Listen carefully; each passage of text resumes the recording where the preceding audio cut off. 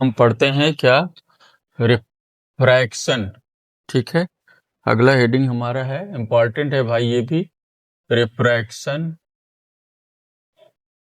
Of plane wave. Reflection of plane wave by using Huygens principle. ठीक है, अब यहाँ इसके लिए हम क्या कंसिडर करेंगे? ये करेंगे कि ये मान लो एक ऐसी सरफेस लाइन है जो दो मीडिया को एक दूसरे को क्या करती है जानते हैं? डिवाइड करती है। ट्रांसपेरेंट मीडिया को, ये आपका फर्स्ट मीडियम है और दूसरा ये सेकंड मीडियम। इस मीडियम को ऐसे डिवाइड करती है। अब यहां से हम एक plane wave front A B मान लें। वो क्या है कि इनफाइनाइट से चल करके, ऐसे इनफाइनाइट से चल करके इस पर ये आपका, ठीक है, इनफाइनाइट से चल के आपका इस तरह से इस पर क्या हो जाता है? इंसिडेंट करता है ए बी।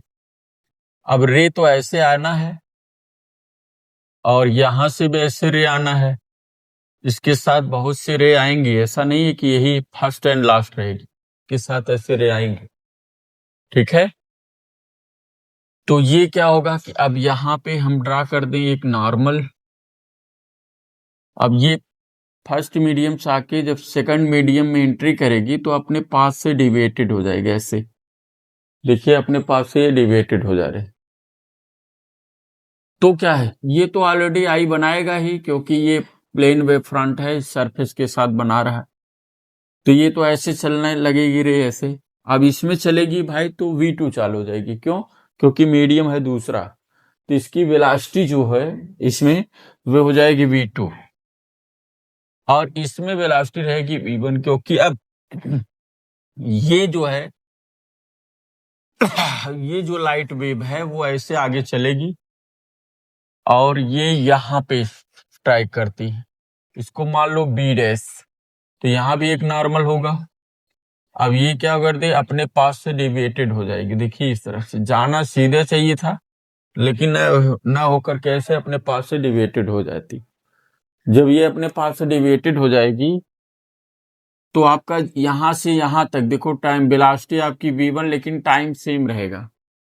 जितने टाइम में ये यहां से यहां तक पहुंच जाता है, ये सेकंड मीडियम में पहले से V2 वेलोसिटी चलेगा, लेकिन इसकी different distance B dash A dash equal नहीं होगी, लेकिन यहां से चलना शुरू कर जाएगी। अगर मान लो ये यहां पे पहुंचती है A डैश, तो इस लेंथ को लेकर के देखिए, इस लेंथ को पर अगर हम यहाँ आर्क लगाएं और यहाँ इसको ऐसे मिला दें, तो इसका ये देखिए A डैश और B डैश, इसका रिफ्रैक्शन प्लेन वेव फ्रंट मिल जाता है यहाँ पे आके। लेकिन अब ये अगर ये रिफ्रैक्शन है तो यहाँ एंगल क्या बनाएगा? R, और यहाँ क्या कितना बना है ऑलरेडी? I। ठीक है, अब भाई यहां से हम ये चलते हैं इस ट्रायंगल ABB डैश में। अब देखो ट्रायंगल आपका, ये ट्रायंगल आप चलते हैं ट्रायंगल ABB डैश में।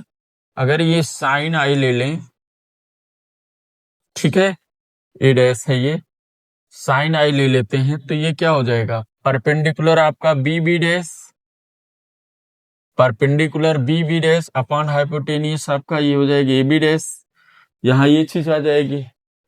फिर दूसरा अगर हम ट्रायंगल ले लें, ट्रायंगल अगर आपका A डैश B डैश ले लें, तो यहाँ पे अगर हम साइन R ले लेते हैं, तो इसके जस्ट फ्रंट का ये परपेंडिकुलर आपका क्या हो जाएगा? A डैश हो जाएगा, और परपेंडिकुलर अपॉन हाइपोटेनियस आपका ये हो जाएगा AB डैश हो जाएगा। ये साइन I हो जाएगा, ये साइन R हो जाएगा। ठीक है, इन दोनों को हम डिवाइड कर लेते हैं। अगर ये डिवाइड करते हैं तो ये आएगा क्या? Sine I upon sine R is equal to, हम इसको लिखेंगे क्या? इसको हम लिख देंगे क्या? इसको आप लिखेंगे BB डैश अपॉन क्या हो जाएगा? AB डैश, और ये साइन R की वैल्यू हो जाएगी A डैश अपॉन क्या हो जाएगा? AB dash. ठीक है, इससे आप लिख सकते हैं साइन I, यहाँ पे आप लिख सकते हैं sine R is equal to BB dash upon AB dash, ये पलट जाएगा AB डैश अपॉन क्या हो जाएगा, ए डैश। तो ए बी डैश से ए बी डैश एक दूसरे से क्या हो जाएगा, कैंसिल हो जाएगा। तो यहाँ पे क्या लिखेंगे, sine I upon sine R is equal to B B dash upon A dash हो जाएगा।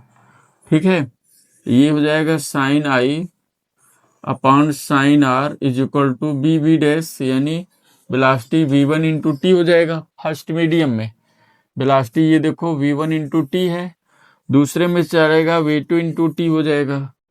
तो v2 इंटू टी हो जाएगा, तो टाइम कैंसिल कर दें। अब यही स्नेल लॉ है, sine I upon sine R is equal to v1 upon v2 is equal to क्या हो जाता है, कांस्टेंट हो जाता है। ये चीज जब हमारा हो जाता है तो इसी को तो हम क्या बोलते हैं, रिफ्रैक्शन है भाई, refraction of plane wave by using Huygens principle. तो हाइजन प्रिंसिपल पे ये जो है, ठीक है, हाइजन प्रिंसिपल पे हमने इस चीज बताया, बहुत ही इंपॉर्टेंट क्वेश्चन है। और सीबीएसई बोर्ड में ये मान चलिए, इसको इग्नोर मत करिएगा, ये आपको पूछा जाएगा भाई, ध्यान रखिए 2026 में 20 तारीख को, कल ही इसको आप पढ़ लीजिएगा। ठीक है, ओके, थैंक्स।